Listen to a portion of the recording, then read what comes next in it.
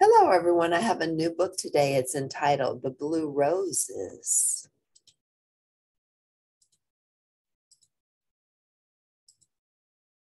It's by Linda Boyden and it's illustrated by Amy Cordova. The Blue Roses. And it received the New Voices Award.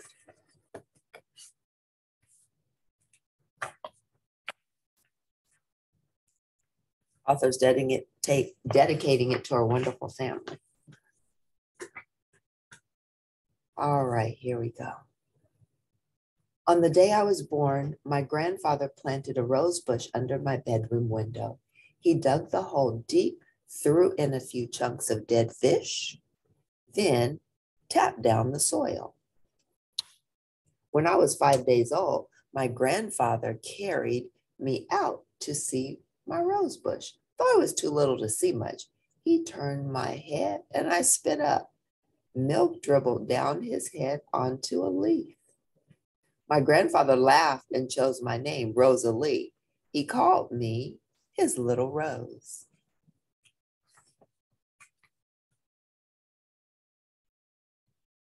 When I was 3,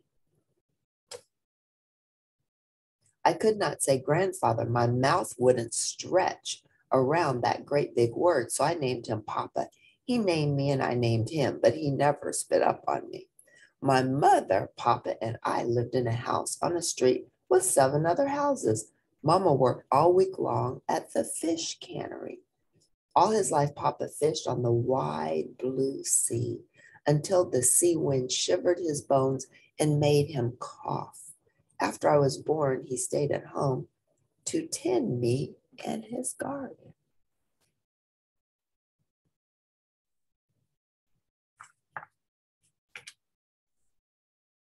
Our house. Papa's garden made our house different from the others.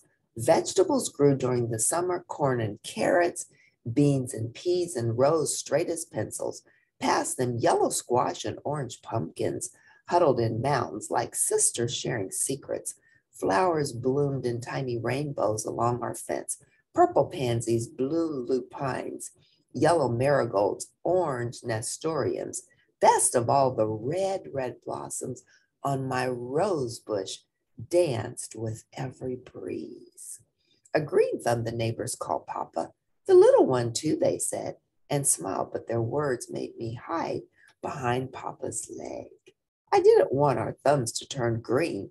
Every day I chucked, but we were lucky. Our thumbs stayed brown as ever. Every spring we planted.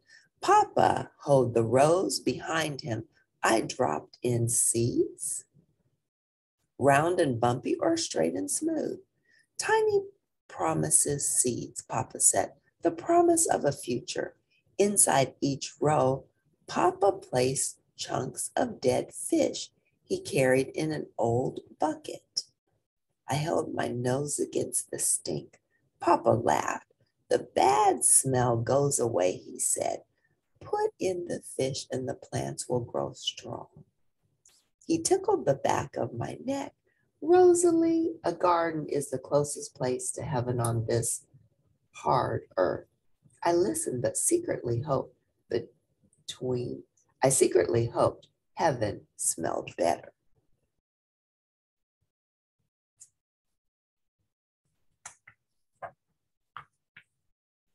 On my 9th birthday, Papa planted 3 new rose bushes around my red bush, 2 pink and 1 yellow, to make a sunset, he said. He was right. The yellow and pink and red sky did shine in their petals, but I also liked the color of the day sky. Papa, could I get a blue rose bush too? He thought for a moment.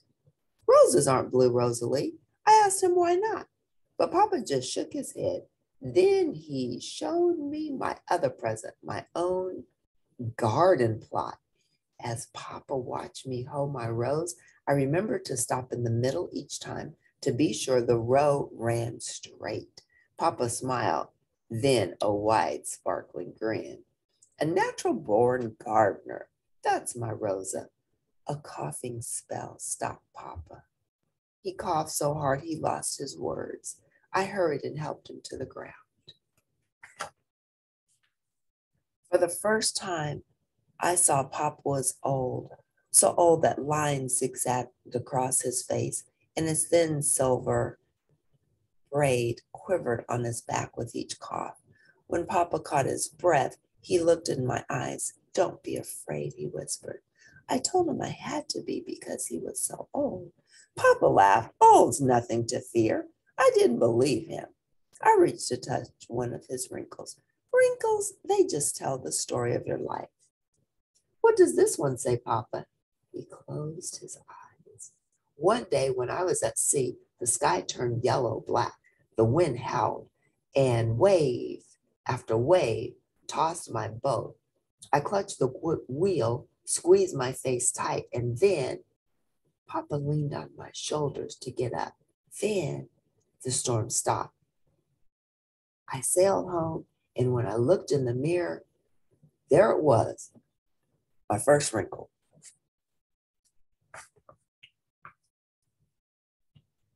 Later, I stared in the mirror, hoping to find my own story, at least the first line. Instead, I found 4 new freckles. And in the morning, I found 2 dead pea plants. Right in the middle of the road, they drooped. Brown leaves curled in empty fists. I threw down my hoe. "They died," I cried.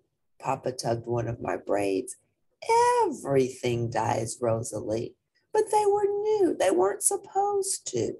"Everything has its time to die. New or old, it doesn't matter. Pull up the dead ones, tuck them under the others, so they'll help like the fish." When I was done, Papa leaned on his hoe. "See how a garden works? Your peas grew, but some die. If you dig them into the soil, something new will come." We stood quiet for a minute. Then he said, "That's what I like about gardens, Rosalie. Nothing ever really leaves."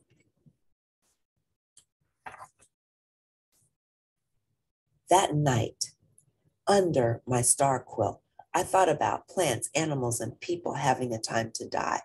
I looked out my window. What about stars? Would they die too? I fell asleep listening to Papa cough, wondering about old people and the stars. Summer turned into winter. Late one night, Mama woke me up. "Come say goodbye to Papa," she said gently. "Goodbye," I wondered. I rubbed the sleep from my eyes. Papa's room glowed with a soft light. He rested quiet, not coughing one bit. "Mama," I whispered, "let's not wake him." Mama dropped into a chair and hid her face in her hand. Her shoulders shook. I looked and looked at Papa until I figured it out. Papa was dead. Even though I was almost 10, I climbed onto Mama's lap. After Papa died, our house stretched like a huge rubber band around relatives and neighbors, aunties and uncles, elders and babies filled every room. The grown-ups laughed and told good stories about Papa. They cried and sang soft songs. The babies fussed and the little cousins gobbled cookies and fry bread. The noise swirled in my head, so I snuck off to the garden. There I could still smell Papa, and I told my cousin Mitch. He laughed and said I was dumb. Mitch thought he knew everything, but he didn't know how nothing ever really leaves the garden. After the funeral, the days ran down like a music box out of song. I went to school and I walked in the garden. I helped Mama and she helped me, but we missed Papa so much. Sometimes she'd cry. Sometimes I did. Sometimes we cried together. One night I dreamed I was sailing through the clouds, puffy and white, climbing under them and over, yet never falling through. Higher and higher I climbed until I reached the top. Then I was standing beside a white fence, looking into a garden of flowers. A whole sea of colors, orange and gold, pink and lavender. "Rosalie," a voice called. "I knew you'd come. There was Papa right in that garden. Straight, not bent. His face was smooth and glowing, not one wrinkle. Where are your wrinkles, Papa? Gone now that my life story's been told. Then Papa pointed above his head. A trellis of roses curved around him. He pulled a branch lower. Blue, Papa, my blue roses. He winked and smiled. I tried to open the gate to go inside to Papa and the beautiful roses, but he shook his head. No, Rosalie, you can't come in. How could that be? We always shared our gardens. I tugged the latch harder, but Papa shook his head again. It won't open for you, my little rose, not yet. I started to cry, but I miss you, and I miss you, Rosalie. We're in different gardens now, that's all. Remember how nothing ever really leaves. You tend the sunset roses, and I'll tend the blue ones, and we'll be together. Papa smiled then, his special smile. It sailed into my heart and made me smile too. In a shimmer, he faded like stars to the sunlight. I awoke in my bed, the sunset roses peeking at the window, the blue roses still in my heart.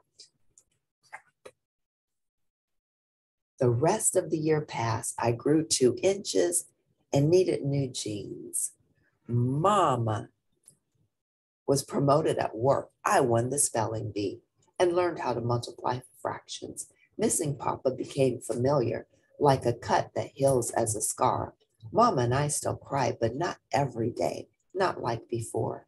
Planting time came again. I hoed and planted every little seed the way Papa taught me. I even put in the chunks of dead fish. School ended when the roses bloomed.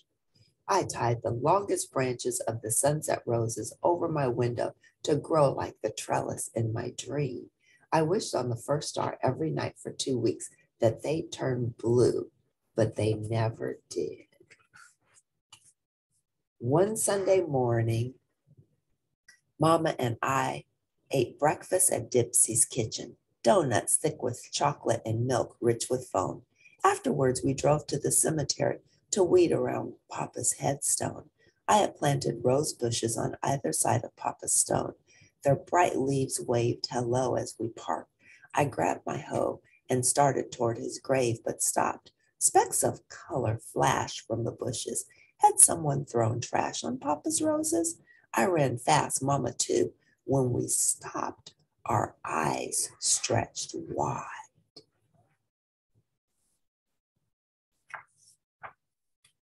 Not trash, but tiny roses dotted the bushes, some full, some clenched, hundreds of beautiful blossoms, all blue as the sky or the sea or a wish inside a dream. My fingers touched a blue petal and I heard Papa's laugh.